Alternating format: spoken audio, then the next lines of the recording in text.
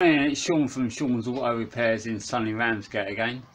The car of choice today is the good old Vauxhall Insignia, and it's in today for a thermostat of all things. It's got an intermittent overheat problem, no obvious external leaks, no excessive pressure build up. So we're going to change the thermostat today. Let's see what we got. Well, the thermostat on these cars is a little bit buried, but it doesn't seem too bad. What I've done so far is I've taken the engine cover off and the battery cover off, and I've lifted the ECU up out the way because that normally sits down next to the battery down there. The thermostat itself is tucked up under down there behind this air intake pipe. This is the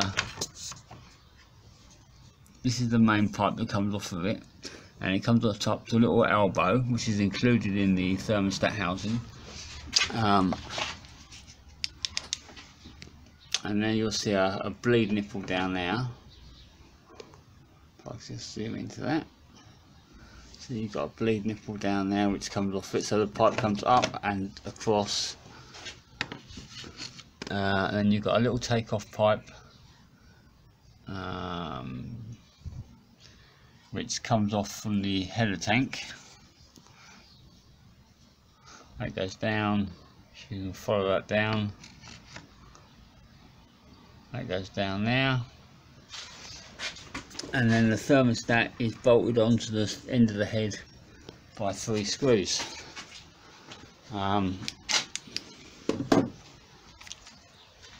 This is the new one. Hang on. So it would sit, so looking at the engine that way, it would sit like that. So that would be flush on the head. You've got your bleed screw there, and then your radiator pipe comes off of there. So to fit it, we've just got 3, I think they're 3 Torx bolts. Right, let's see how we get on. First of all, I think what we'll do is we'll get rid of this induction pipe here. It's got 1 bolt there, it's got 3 little Allen keys up here, and then we'll move that out of the way so we can see what's below it. Alright, now we've got this air ducting pipe out of the way, we can see what we got now. Let's get out your light here. That's the thermostat housing there, 3 bolts, 1 pipe there, 1 pipe there. Should be quite easy to get off. Right, as always, taking the coolant pipe off down there, taking the little pipe off up over there, on that little pipe there that goes up to the header tank. I'll put my bucket underneath, but as usual, it's missed all my bucket. Never mind, bit of a mess, never got anyone. Right, so we've got all the screws out.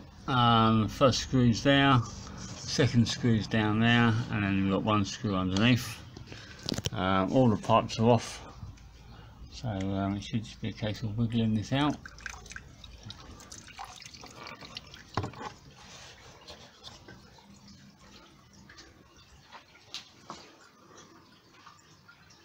And there we have the very brown and cruddy old thermostat.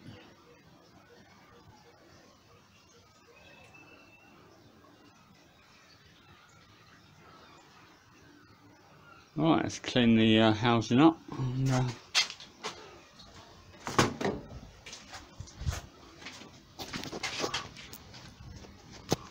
let's get some light down there so we can see. Oh, there we go. We'll get the scraper on that and clean that up, ready for reassembly. Alright, that's all bolted back on there again. Let's see if we can get the camera to focus. Focus. Anyway, so we've got the main pipe on going down from the bottom top radiator hose. We've got the air bleed hose that goes up to the expansion tank on, 3 bolts in. Right, let's fill the coolant up. Right, that's another one done. I filled it up with 50-50 mix of antifreeze, coolant and water. Took it for a nice long load test, and it's all good.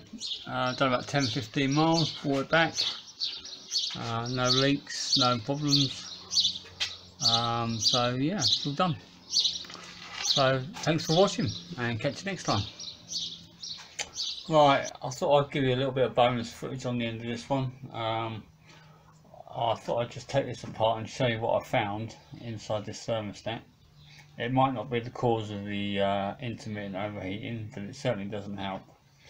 So to get this apart, you've got 2 tabs. You've got the metal spring, which is held with a plate across the top in between these 2 plastic posts.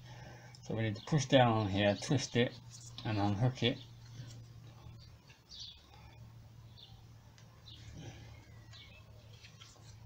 Somehow. There we go.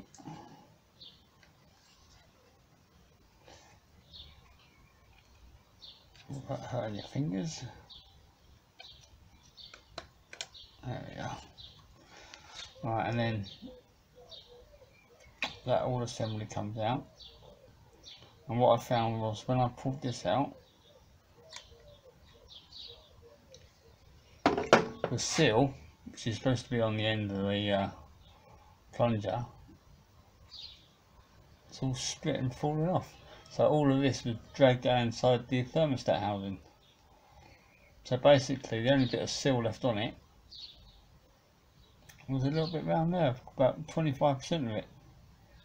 So it obviously wasn't shutting properly.